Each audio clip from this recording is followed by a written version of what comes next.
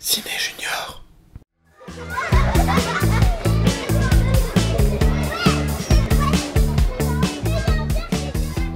Il y a la famille qu'on a, et la famille que l'on se choisit.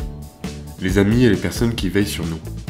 Kyuta, jeune garçon abandonné par sa famille, va en faire l'expérience dans notre film du jour, Le garçon à la bête, du réalisateur japonais Mamoru Hosoda, sorti en 2015. Pour en parler avec nous aujourd'hui, j'ai le plaisir d'accueillir Caroline Venac, journaliste cinéma. Moi aussi. Je suis tout seul, je sais pas où aller.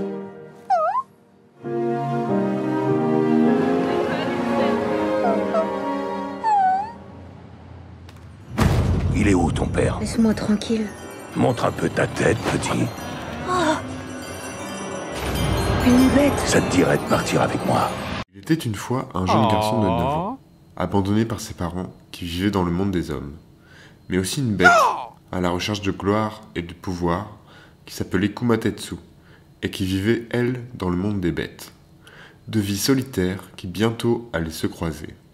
Le jeune garçon devient le disciple de la bête, et tous deux grandissent en apprenant peu à peu de l'autre, pour aller au-delà des idées arrêtées. Bonjour Caroline, peux-tu te présenter en quelques mots ? Je suis Caroline Venac, je suis critique de cinéma et de séries. Donc voilà, je vois beaucoup de films, beaucoup de séries et j'essaye d'écrire dessus et de les analyser. Mamoru Hosoda semble vouloir évoquer la famille, la transmission de valeurs et la filiation. Est-ce que c'est le cas ? Oui, tout à fait, puisque c'est l'histoire de Ren, un petit garçon, je crois qu'il a 9 ans au début de l'histoire, et qui est orphelin, ou en tout cas sa maman est morte, son papa, il a été séparé de lui étant enfant, et donc c'est un vagabond.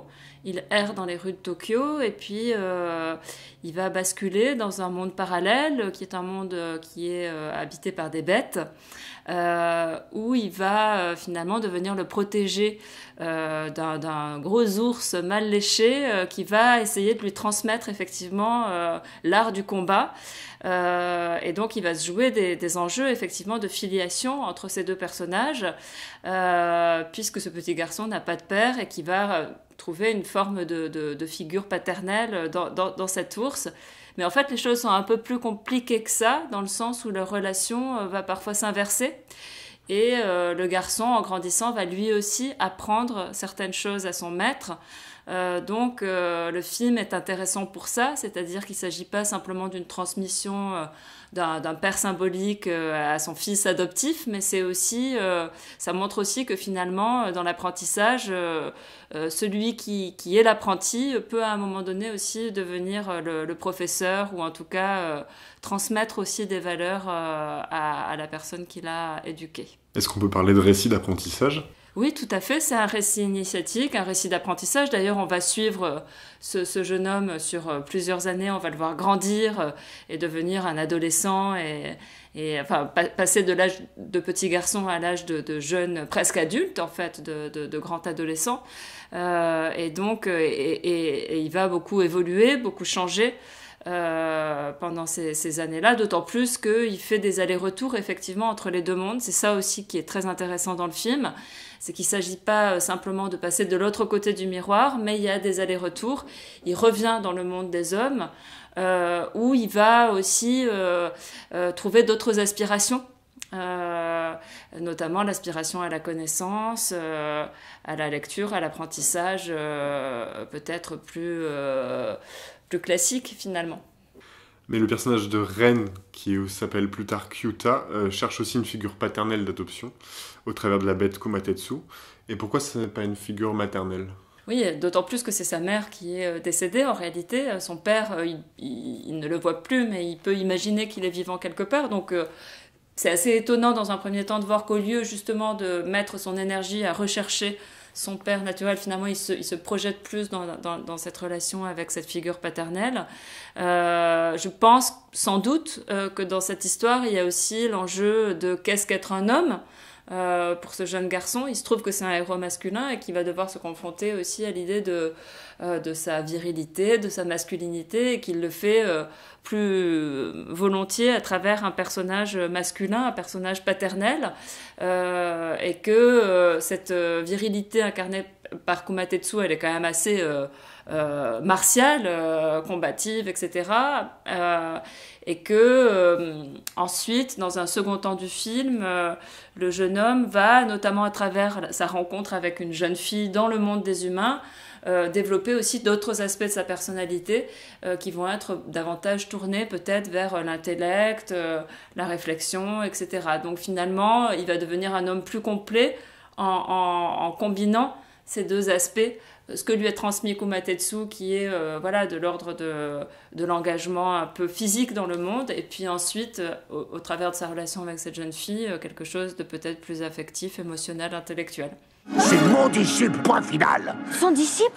Tu vas arrêter ces conneries et tu vas obéir. Oh, si je t'obéis, je deviendrai aussi débile que toi! Répète ça, répète si tu l'oses. Comme tu l'as déjà dit, il fait de très nombreux voyages entre les deux mondes, donc Jorandai qui est le monde des bêtes et Shibuya qui est le monde des hommes. Shibuya qui est très futuriste alors que Jorandai est plutôt représentatif d'un Moyen-Âge japonais. Qu'est-ce que ça signifie ce changement temporel entre le passé et le futur? On peut l'interpréter de deux manières différentes. Il y a à la fois un peu ce que je disais sur la virilité, sur qu'est-ce que c'est être un homme finalement. C'est vrai que traditionnellement, moi je suis pas du tout spécialiste de la culture japonaise, mais dans toutes les cultures, les hommes avaient tendance traditionnellement à être des guerriers quand même. Donc il y a cette idée de transmettre l'image d'un homme guerrier, quelque chose qui vient du passé. En revanche, dans le futur, il est plutôt représenté par les aspirations de Ren à la connaissance, etc. Mais c'est plus ambivalent que ça, dans le sens où le film, rend quand même hommage à la tradition, et porte parfois un regard aussi un peu critique sur le présent et sur le futur, puisque dans les premières scènes du film, on voit bien que cette ville contemporaine, un peu futuriste des humains, elle est très individualiste, que ce petit enfant est totalement livré à lui-même, et que finalement, dans le monde contemporain, on a perdu aussi certains liens de l'ordre de la communauté qu'il va pouvoir retrouver dans le royaume des bêtes. Donc un peu de la même manière que le film va chercher à faire la symbiose entre le physique et l'intellectuel, ou voilà, il cherche aussi, je pense, à trouver une harmonie entre des choses plus traditionnelles qui relèvent de la communauté sociale et aussi quand même l'idée d'évoluer vers un monde où on est peut-être un peu moins guerrier, un peu plus sensible, voilà. Tu as déjà parlé aussi de l'humour qu'il y avait dans le film. L'humour est surtout présent au début et va tendre à devenir un peu plus dramatique, voire il y a aussi un côté épique vers la fin du film. Qu'est-ce que ça signifie, ce changement de ton ? Je pense qu'en grandissant, alors bon, les premières scènes sont très drôles parce que c'est aussi lié à l'enfance, je pense, c'est-à-dire qu'on a quand même affaire à un petit garçon qui découvre un monde nouveau, fantastique, donc qui est totalement happé par ce qu'il découvre et par la dimension fantastique en fait de ce qu'il découvre. Il y a la personnalité de Kumatetsu qui est haute en couleurs et qui fait que tout ça crée de quelque chose de comique en fait. Je pense que le changement de ton, il est lié effectivement à la maturation du personnage principal qui, en devenant jeune homme, va se confronter à sa colère, va devoir se confronter à sa colère, la colère d'avoir été abandonné par ses parents, et qui va devoir dépasser ça. Et donc il va se retrouver, comme dans beaucoup de récits d'apprentissage, face à sa part sombre, en fait, qui pourrait presque se retourner contre lui, ou se retourner contre les autres, ou devenir quelque chose d'agressif. Et donc il va devoir apprendre à maîtriser cette colère, à la canaliser et en faire et à la dépasser en fait pour pouvoir vivre avec les autres de manière harmonieuse. Donc le changement de ton, il est lié, je pense, à la montée en puissance de la colère en fait de Ren. Et j'ai une dernière question. Est-ce que tu as un message pour les jeunes cinéphiles qui voudraient découvrir le film ? Bah oui, je leur conseillerais d'aborder ce film l'esprit totalement ouvert, parce que c'est un film qui est extrêmement riche d'un point de vue thématique, visuel, qui nous emmène voilà, dans des visions parfois très oniriques. Donc il ne faut vraiment pas avoir peur de quitter un peu le plancher des vaches et partir dans l'imaginaire, se laisser happer en fait par l'imaginaire du réalisateur, qui en a beaucoup. Et si on arrive à faire ça, qu'on n'est pas trop attaché voilà, au réalisme, on fait un super voyage parce que ça nous emmène très loin. Merci beaucoup Caroline. Le Garçon et la Bête est à découvrir en salle le lundi 14 février à 14h au cinéma Le Lido à Saint-Maur-des-Fossés. À bientôt les marmots. Ciné Junior.